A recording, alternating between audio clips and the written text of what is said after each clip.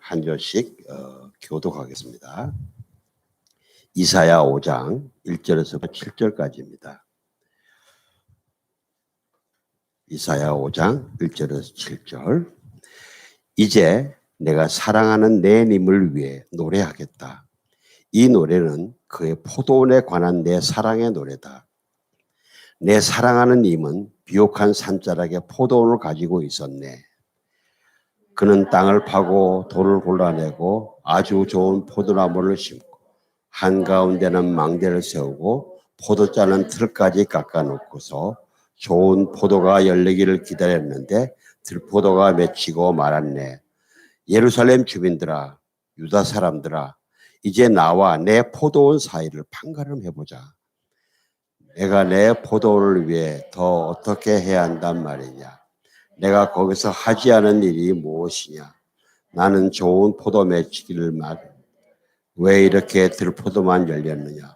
그러므로 이제 내가 내 포도원에 무엇을 할 것인가를 너희에게 알려주겠다.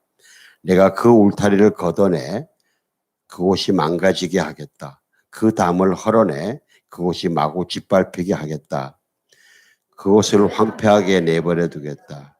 가지치기도 하지 않고 김도 매주지 않고 가시나무와 진레나무가 자라나게 하겠다.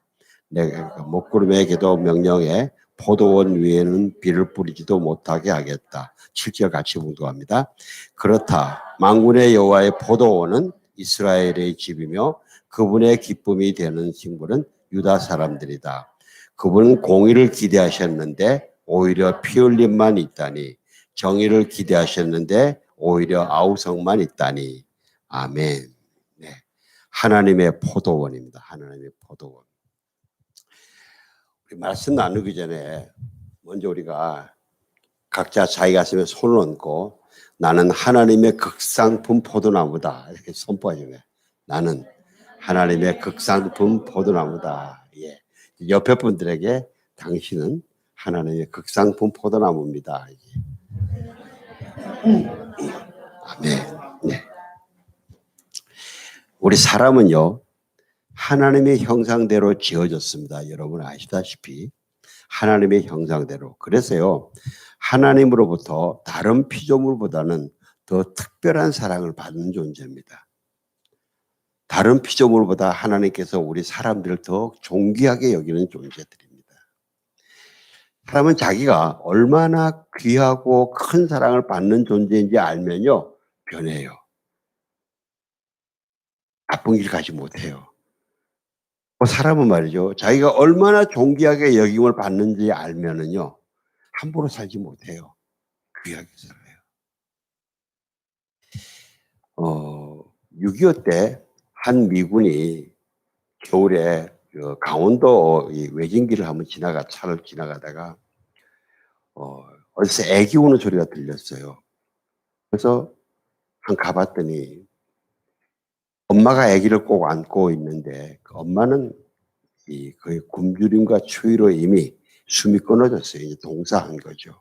그리고 그 품에 아기가 있는데 그 엄마가 자기 옷을 거의 다 벗어가지고 거의 알몸뚱이 되면서 이 아이를 꼭 싸가지고 그리고 이제 품에 이렇게 안고 어떻게든 자기는 죽더라도 아기를 보호해 보려고 이렇게 안고 있었던 거죠. 그분이 보니까 너무 불쌍한 거예요. 그래서 그 미군이 아기 엄마를 그 자리에 묻어주고 그리고 아기를 데리고 와서 자기가 입양해서 미국으로 데리고 와서 키웠습니다. 이 아이가 성장하면서 자기 외모가 미국이니까 다르잖아요. 나를 아버지라고 그러는데 나 모습이 다르고. 그 당시에 전쟁 고아들이 미국으로 입양 간 사람 참 많습니다. 그래서 이 아이덴티티 크라이시스 이거 혼란을 많이 겪었어요. 왜? 내가 미국 사람이 아닌데 왜 미국에 와서 사느냐. 그리고 갈등이 일어납니다. 부모와 조국이 나를 버렸다. 방황하고 거역하고 거칠어지죠. 그 양부모니 꼭 참으면서 기다리다가 그 아이가 한 20세쯤 됐을 때에 그 아버지가 이야기해 줬어요. 네가 어떻게 내가 너를 데리고 오게 됐는지 이 강원도 그래서 만나게 된지 이야기를 해줬어요. 그 어머니의 마지막 모습을 이야기해 줬어요.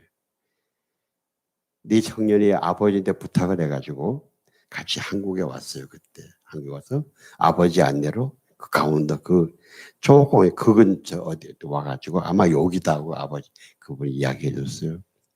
그랬더니 이 청년이 미국에서 그렇게 반항하고 방황하던 청년이 거기에 무릎 꿇고 대성통곡하면서 한참 울다가 자기 옷을 벗어주면서 땅에 덮으면서 어머니 그 추운 겨울에 얼마나 추우셨어요. 그러면서 한없이 울었어요. 예, 사람은 자기가 얼마나 크고 귀한 사랑을 받는 존재인지 알면요. 함부로 살 수 없어요. 바르게 삽니다. 귀하게 삽니다. 그래서 하나님도 독생자 예수를 우리에게 보내셔서 십자가에서 나 대신 죽게 하신 것입니다. 하나님이 예수님을 보내셔서 십자가에서 죽게 하신 것은요. 나를 위한 하나님의 사랑이에요. 요한복음 3장 16절에 하나님이 세상을 이처럼 사랑하사 독생자를 주셨으니 이는 저를 믿는 자마다 멸망하지 않고 영생을 얻게 하려 하심이라 그러죠. 여러분 여기에다가 세상 대신 자기 이름을 넣고 선포하시기를 주의 이름으로 축원합니다. 이 거울을 보시고 하나님이 자기 누굴 이처럼 사랑하사 독생자를 주셨으니 이는 저를 믿는 누구누구에게 멸망치 않고 영생을 얻게 하려 하십니다. 그 사랑이 가슴에 꽉 채워질 때까지 하시기 바랍니다. 왜냐하면요. 우리의 어려움이 뭐냐면은 이 하나님 아버지의 사랑, 이 독생자 예수, 십자가에까지 내어주신 이 사랑이 너무 크고 너무 신비롭고 너무 오묘해서 우리의 이성과 지성과 감성으로는 이해하기가 어려워요. 인정하기가 어려워. 받아들이기가 어려워. 이게 우리의 연약함이에요. 그래서 우리 복음사역의 변할 수 없는 핵심, 우리 예수은혜교회에서 이 교회의 사역의 핵심도 어떻게 하면 이 하나님 아버지의 사랑을 예수님 안에 있는 이 하나님 아버지의 사랑을 성도님 한 분 한 분들이 더 많이, 더 구체적으로, 더 풍성하게 알고 가슴에 담고 누리며 사느냐, 그리고 나누며 사느냐. 이것이 예수은혜교회 복음사역의 핵심이에요. 마찬가지로 여러분도 마찬가지입니다. 어떻게 하면은 이 하나님의 사랑을 더 구체적으로, 더 깊게 가슴에 담고 그 사랑을 흘려보내느냐. 누가복음 15장에도 여러분 왜 하나님 아버지의 사랑 세 가지 비유로 보여주시죠. 예수님이. 그중에 이제 탕자의 비유가 가장 대표적입니다. 작은 아들이 아버지가 살아계실 때 내 유산 몫을 주세요. 읽고 나갔는데 이거는요. 유대법상 있을 수가 없는 일입니다. 이거는 유대의 법에는 뭐냐 아버지 죽으세요 하는 거예요. 원래 아버지가 죽고 난 다음이라야 유산이 돌아갈 수 있습니다. 그러니까 아버지가 살아계실 때 유산을 달라는 건 아버지 죽으세요. 빨리 죽으세요. 그렇기 때문에 작은 아들의 이 죄는요. 단순히 재산 탕진인만이 아니고 아버지를 죽게 한 살인죄예요. 그 사형에 해당하는 죄예요.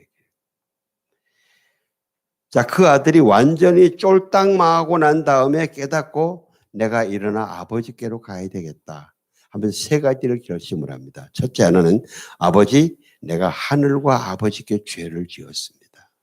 이 회개죠. 깨닫는 거죠. 그 다음에 지금부터는 내가 아버지의 아들이라고 일컬음을 감당하지 못하겠습니다. 하나님 아버지 내 죄값을 내가 받겠습니다. 아버지가 이게 진정한 회개입니다. 그 다음에 이제 나를 품꾼의 하나로 보세요. 난 아버지의 아들이 아니고 종이 되겠습니다. 자, 그런데 어떤 일이 벌어집니까? 아직 아들이 와서 거리가 먼데 아버지가 달려나갑니다. 아이들에게. 근데 이것도 유대 관습에 있을 수가 없는 일입니다. 아버지는 집에서 기다리셔야 돼요. 왜? 어디 신하가 오는데 왕이 쫓아나가는 기회가 없잖아요. 그죠? 그러니까 이 아버지가 쫓아나가신 것은 아버지의 명예와 존귀 이런 걸 다 내려놓고 가신 거예요. 다 내려놓고. 그 아들이 그 자기에게 저지른 그 모든 죄에 대한 분노나 이거 다 내려놓으시고 아버지의 명예까지 다 내려놓으시고 달려나가신 거예요. 그리고 달려가서 목을 안고 입을 맞추죠. 여러분 돼지우리에 살다가 온 사람에게 목욕도 안 하고 왔을 텐데 냄새 얼마나 났겠어요, 그죠?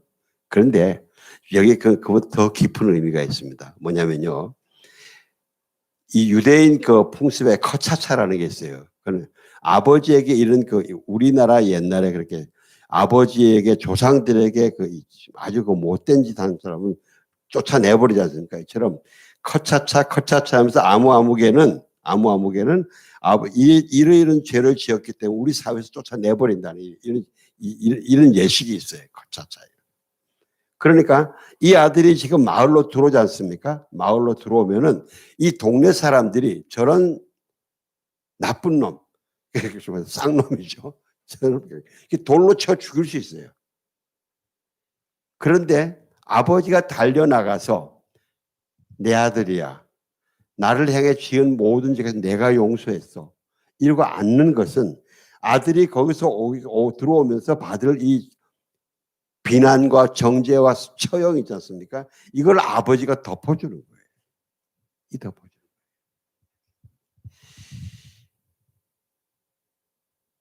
그래서 작은 아들이 자기가 깨닫고 아버지께 고백하기로 한 것 이야기를 합니다. 아버지, 내가 하늘과 아버지께 죄를 지었사오니 지금부터는 아버지의 아들의 일컬음을 감당하지 못하겠습니다. 이 두 번째까지 했어요. 근데 세 번째는 이제 나를 종으로 여겨주십시오 하려고 그러는데 그 말은 못하게 하고 아버지가 집안 하인들에게 이야기해서 제일 좋은 옷을 가져와라. 그리고 손에 가락지를 끼워줘라. 그리고 아들의 신분을 완전히 존귀한 아들의 신분을 살려주는 거예요. 그러면서 송아지 잡고 잔치하는 겁니다. 그래서 뭐라 그럽니까? 이 아들은 죽었다가 살았다. 내가 잊어버렸다가 다시 얻었다 말이에요. 잊어버렸다 다시 얻었다. 엄청난 기쁨의 잔치입니다. 사랑하는 성도 여러분, 우리가 복음은 이런 것입니다. 복음은 이런 것입니다. 복음은 예수 그리스도이시고 복음은 예수 그리스도 안에 있는 하나님 아버지의 사랑입니다. 저는 우리가요 회개도 해야 되지만 나에게 힘든 일을 나를 정말 힘들게 만든 사람들을 이렇게 용서하고 사랑을 나누실 수 있게 되시기를 주의 이름으로 축원합니다. 그것이 내가 예수님께 받은 사랑을 실제 실현하는 겁니다. 사람들은요 자기가 크게 잘못하면요 하나님 양심의 가책을 느껴서 하나님도 이런 나를 용서하실까? 사랑하실까? 아니야, 용서 안 하실 거야. 사랑 안 하실 거야. 이러면서 하나님께 나오기를 꺼립니다. 마치 아담과 하와가 처음에 죄를 짓고 하나님 목소리를 듣고서는 숨어버리듯이. 아니요. 그냥 너무 잘못했기 때문에 아버지께 예수님께 나오실 주의 이름으로 축원합니다. 너무 미안하기 때문에 예수님께 나오십시오. 너무 미안하고 너무 잘못했기 때문에 나오는 그 심령을 예수님은 기쁘게 받으십니다. 적당히 잘못하고 적당히 미안하면요 잘 안 받으세요. 너무 잘못했고 너무 정말 내 입이 100개 1000개라도 할 말이 없는데 그래서 내가 아버지께 나왔습니다. 이때 하나님 아버지의 사랑이 정말 바로 내게 부어지는 겁니다. 여러분 우리 찬양에 이런 찬양 있죠. 어서 돌아오 어서 돌아마노 이 찬양이요. 1900 우리 같이 한번 부를까요? 어서 돌아오 어서 돌아마노 지은 죄가 아무리 무겁고 크기로 주 얻지 담당하고 못 받으시리요. 우리 주의 넓은 가슴은 하늘보다 넓고 넓어. 이 찬양이요 1943년도에 만들어진 우리나라 찬양인데 이 찬양이 만들어진 상황이 이렇습니다. 그 당시에 여러분 아시다시피 일제가 통치 말기입니다. 그러니까 모든 교회를 다 핍박을 하면서 신사참배를 시킵니다. 신사참배를 어떻게 시키는가 하면요, 일본 무장헌병이 딱 칼을 들고 바로 옆에 대면서 신사참배를 시킵니다. 안 하면 죽이고. 거기에 담대하게 순교한 사람도 있지만은 너무 총칼이 무서워서 거기에 신사참배한 사람들 하고 나온 사람도 있어요. 그 사람들이 너무나 하나님께 죄송한 거예요. 순교한 사람들한테도 미안하고 예수님께도 미안하고 예수님은 나를 위해서 십자가에서 죽으셨는데 난 이게 뭐예요. 정말 너무 절망해서 아무 교회 예배도 드릴 수 없고 교회에 십자가를 볼 수도 없는 그럴 때에 우리 박재원 목사님이 어서 돌아오. 돌아만 와라. 예수님께만 돌아만 와라. 가룟 유다처럼 멀리 가지 말고 돌아만 와라. 그 애환이 담긴 이 찬양입니다. 우리가 실패하고 좌절의 수렁에 빠지면 빠질수록 우리가 정말 필요하고 찾아야 하는 것은 하나님 아버지의 이 사랑입니다. 우리는 지난 3주 동안에 선지자 이사야를 통해서 그런 하나님 아버지의 사랑의 마음을 공부했습니다. 이스라엘을 이 지금 그대로 두면은 모두 타락해서 멸망과 사망으로 갈 수밖에 없어요. 그래서 진노하고 징계하고 때리더라도 어쨌든 이스라엘을 다시 하나님의 품에 품어야 되는데, 그래서 진노하고 때리는 중에 하나님 아버지의 마음과 뜻을 깨닫고 돌아오면은 회복이요 연합이요 생명이요 잔치인데, 깨닫지 못하고 자기 길을 계속 고집하고 가면, 무지하게 완악하게 거역하면은 결국은 사망이요 영원한 지옥불이고요 영원 구원 없어요. 그래서 하나님이 어떻게 하면 가능한 한 이사야가 예언을 할 때 더 많은 사람들이 이 예수님께로 돌아오느냐. 가장 중요한 건 영원 구원이잖아요. 그래서 먼저 너희는 나의 아들, 딸이다. 나는 너의 아버지다. 왜 나를 떠나서 매 맞고 병들고 상처투성이냐? 그러지 말고 이리 와라. 나랑 이야기해보자. 나하고 이야기를 하면, 나와 변론하면 내가 너희를 치료하고 너희를 회복시키고 깨끗하게 하겠다. 그리고 나 여호와가 너희를 출애굽시켜서 가나안에 정착시킬 때는 내가 아름다운 꿈과 비전이 있었는데, 근데 너희 지금 왜 이렇게 되는 줄 아냐? 너희가 동방으로 갔기 때문에. 하나님으로부터 하나님과 가까이 와야 되는데 하나님께 자꾸 멀리 가는 길로 갔기 때문이다. 너희가 걸었던 그 길이 은과 금이 많아서 부유하고 호화스러워 보이냐? 너희가 가던 길이 말과 병거가 많아서 강하고 오래 갈 것 같냐? 아니, 나 여호와가 반드시 흔들어 버린다. 다 없애버린다. 그러니까 그 길 그만 가고 내게 와라. 여호와의 빛 가운데 걸어가자. 그리고 4장에서는 나 여호와의 진노와 징계가 굉장히 철저하고 강할 것이다. 마치 전부 다 멸해버릴 것 같다. 그런데 그것은 나 여호와의 진심은 전멸이 아니고 그 모든 어려운 시련의 과정을 굴하지 않고 도망가지 않고 여호와만 신뢰하면서 내 손 꼭 잡고 끝까지 헤쳐나가는 이 시온의 남은 자, 진짜 알짜배기, 진짜 정금 같은 믿음의 사람들을 내가 고르는 중이다. 내 손 꼭 잡아라. 그 정금의 길을 가자. 그러면서 말씀하죠. 오늘 본문은요, 하나님의 포도원입니다. 죄송합니다. 하나님의 포도원인데요. 여호와 하나님이 이스라엘에게 말씀하십니다. 너희는 나에게 아주 귀중한 존재다. 내가 심은 포도나무인데 아주 극상품 포도나무다. 아주 좋은 포도나무다. 그런데 너희가 좋은 포도를 맺지 못하고 먹지도 못하는 들포도를 맺었구나. 여기에 대해서 하나님이 슬퍼하고 진노하고 심판하겠다는 그런 내용입니다. 그러면서도 하나님이 그렇게 진노하면서도요, 포도나무는 포기하지 않았어요. 이게 들포도가 됐는데도 포도나무는 포기하지 않았어요.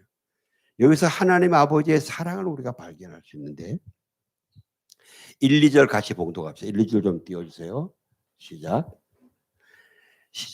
이제 내가 사랑하는 내 님을 위해 같이 봉독하죠. 노래하겠다. 이 노래는 그의 포도원에 관한 내 사랑의 노래다.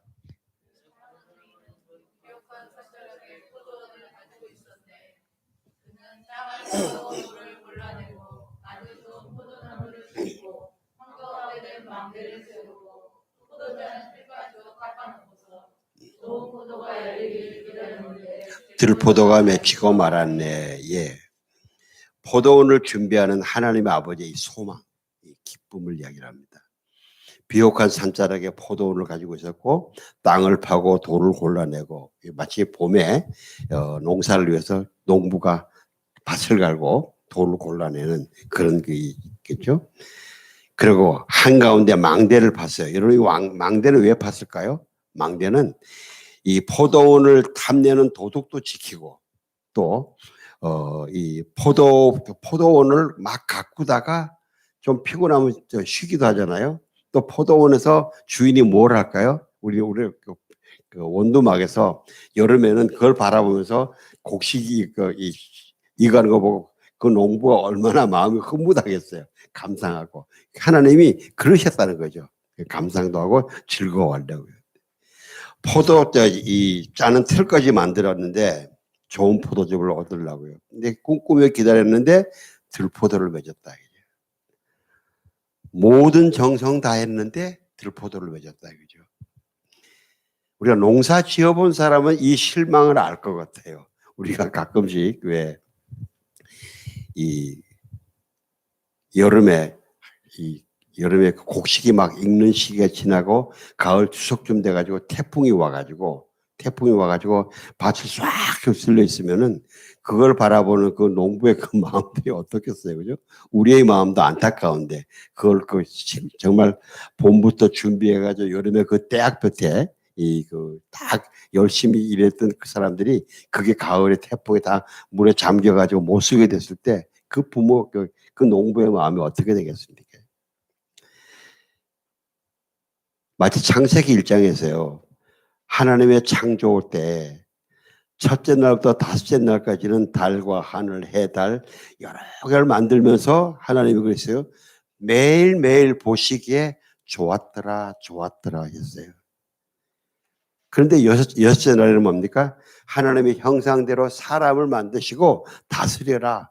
그리고 축복하시면서 그 모든 걸 보시니까 이때는 하나님이 심히 좋았더라. 심히 좋았더라. 그런데 여러분 아시다시피 아담과 하와가 죄를 짓고 타락하고 난 다음부터 그 심히 좋았던 게 안 좋았더라, 심히 안 좋았더라로 바뀌지 않습니까?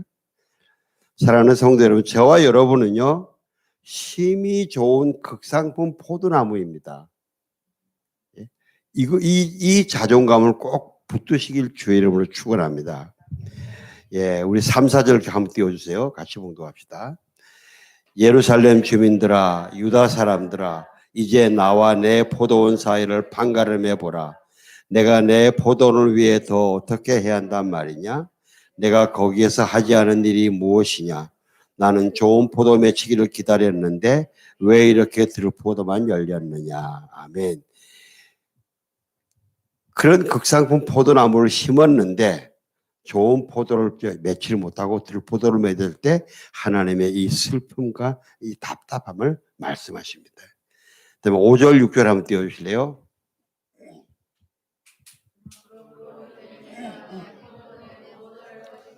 너에게 알려주겠다. 내가 그 울타리를 걷어내 그곳이 망가지게 하겠다. 그 담을 헐어내 그곳이 마구 짓밟히게 하겠다. 그것을 황폐하게 내버려도 가지치기도 하지 않고 김도 맺지 않고 가시나무와 질레나무가 자라나게 하겠다. 내가 먹구름에게도 명령해 포도원 위에는 비를 뿌리지도 못하게 하겠다. 예. 포도원에 어떤 진노와 징벌을 내리실지 말씀하십니다. 울타리 걷어내버리겠다. 담도 헐어버리겠다. 그게 막 짓밟히게 하겠다 말이죠. 그것을 황폐하게 하고 가지치기도 안 해주고 김매기도 안 해주고 거기에 막 가시나무 자풀이 나게라도 그냥 놔둬버리겠다 말이죠. 먹구름의 명령에서 포도원 위에 비도 내리지 않게 하겠다. 이 본문 뒤에 가면요. 이사야 5장 8절에서 30절에서 계속 재앙을 선포하십니다. 그런데 하나님이 하시겠다는 이 재앙을 가만히 살펴보면요. 포도원의 주변의 것들, 울타리도 없애겠다, 망도 없애겠다, 이건 다 없애버려요. 밭에 뭐 자풀 나면 제거하지 않고 놔둬버리겠다. 근데 거기에 있는 포도나무는 잘라버리겠다, 뽑아버리겠다 이 말씀 안 하세요.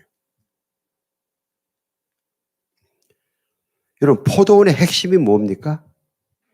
포도나무예요. 그죠? 포도나무예요. 주변을 아무리 잘 갖고 놔도 거기에 포도나무가 없으면은 그건 포도원이 아니에요. 그죠? 비록 극상품 포도나무 맺지 않고 들포도가 있으면은 거기에 포도나무가 있으면 주위를 아무리 헐어도 거기에 포도나무가 있으면 거기 뭡니까? 그건 포도원이에요. 아무리 자풀이 나도 아무리 들포도나무라도 그 포도나무가 있으면 그게 포도원이에요. 포도나무가 핵심이에요. 여러분 만약에 우리가 농부 입장을 생각해 봅시다. 농부가 하나님 농부 말고 우리 사람 농부가 포도원을 이렇게 열심히 가꾸었어요. 지금 여기 말씀처럼 땅 파서 돌 다 골라내고 옥토를 만들고 망대를 치고 그리고 이 포도 극상품 포도나무를 심었는데 들포도가 맺었다. 그럼 어떻게 하시겠어요? 포도나무를 뽑으시겠어요? 아니면은 그 옆에 울타리 같은 거 다 없애버리시겠어요? 어떻게 하시겠어요?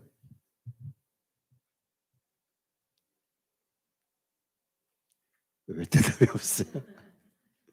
어떻게 하실 거예요, 농부는? 예, 나무를 뽑아버려요. 왜? 밭은 자기가 갖고 온다고 수고 많이 했기 때문에 또 다른 나무 심어야 되잖아요. 나무를 뽑아버리고 그 다른 제대로 된 포도나무를 또 심으면 돼요. 그런데 하나님은 나무는 뽑아버린다는 말씀 안 하시고 옆에 걸 다 없애버린다. 하나님이 땀 흘려서 이 땅 기경했던 그 모든 걸 다 헐어버린다는 거죠. 여러분 하나님 왜 그러실까요? 왜 그러실까요? 아까 말씀드린 것처럼요. 제가 시간이 없어서 다 읽어 못 드립니다만은 여기에 이만큼 그 뒤에 이사야 5장 뒤에 너희에게 재앙이 닥칠 것이다 이러면서 6번씩이나 이렇게 애탄하면서 하나님 막 심판하시고 화내시는 말씀을 쓰시는데 그것도 전부 다 쭉 자세히 읽어보면요. 포도나무를 어떻게 하겠다가 아니고 그 주변에 이런 재앙을 내리겠다 이런 말씀하시는 거예요. 왜 그러실까요? 하나님이 포도나무를 아끼시기 때문에 포도나무를 포기하지 없기 때문에 여러분 우리가 부모로서 여러분 자녀를 포기할 수 있습니까? 포기하지 못해요. 지난주에 제가 어떻게 이야기를 하다가 이런 이야기가 났어요. 오래전에 저에게 어떤 어머니가 상담을 해오셨어요. 왜냐하면 그 아들이 강원도에 한 20만 평, 그 아버지가 큰 사업을 하셨는데 아버지가 갑자기 돌아가신 거예요. 근데 이 아들이 군대에 있을 때인데, 큰 아들이 군대에 있을 때인데, 이제 군대 제대하고 난 다음에 아버지 회사를 맡았어요. 이 회사의 다른 중역들이 그 아버지가 돌아가셨으니까 이 회사를 뺏으려고 이 아들을 데리고 어떻게 하는가 하면 술상무 만들어요. 술상무. 이렇게 거래선 접대하는데 뭐 기생 뭐 여자 임대 접대 이런 데 데리고 다니면서 술상무를 만들어 버린 거예요. 완전 알코올릭이 돼 버렸어요.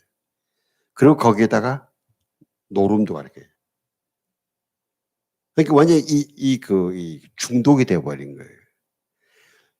회사 다 뺏기고 그러고 난 다음에 유일하게 아버지가 하나 남겨놓은 이 포천 쪽에 한 20만 평 땅이 있대.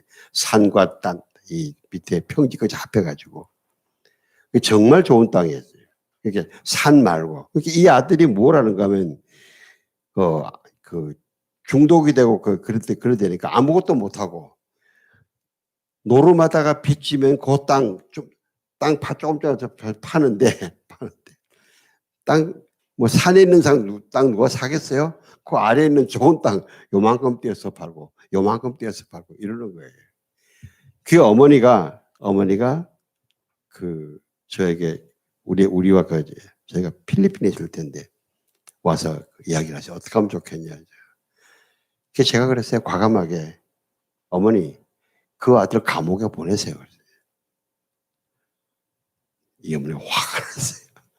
자기 아들이 아니니까 감히 그런다고. 그리고 화를 내고 가셨어요. 근데 이렇게 그 어머니가 아들이 노름 빚지고 빚쟁이가 오면은 땅 요만큼 떼어서 팔고 요만큼 떼어서 팔고 그러다 나중에 십몇 년 지나고 난 다음에 그 아들이 결국은 길거리에서 객사했어요. 객사하고 그 땅은 다 날라가고. 근데 그 어머니가 그러셨대요. 그때에 그분 말씀을 들을 걸 그랬다.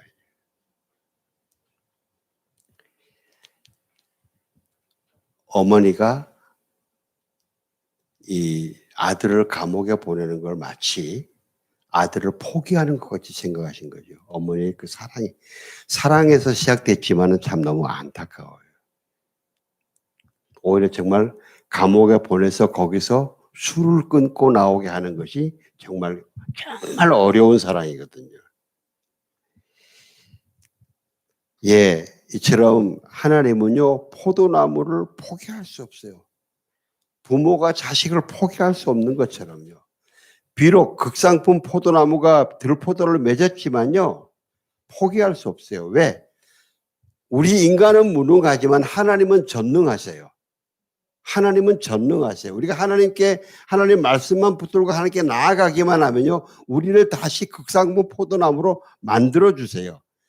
우리에게는 그러한 DNA가 있고, 우리에게는 하나님께는 그러한 사랑과 능력이 있어요. 여러분, 내가 지금 들포도를 맺고 있다고 포기하지 마세요. 낙심하지 마세요. 사랑하는 성도 여러분, 저와 여러분은 하나님의 극상품 포도나무예요. 포도나무. 그 DNA가 있어요. 세상 사람들은요, 여러분 세상 나가보세요. 세상은요, 나의 이 귀한 자존감을 자꾸 깎아내리려고 그래요. 내가 조금 실수하면 그것 봐, 네가 무슨 극상품 포도나무냐, 이걸 깎아내리려고 그래요. 그런데 아니에요. 하나님은 너는 극상품 포도나무다. 나의 포도나무다고 말씀하시는 거예요. 여러분 이거 빼앗기시면 안 돼요.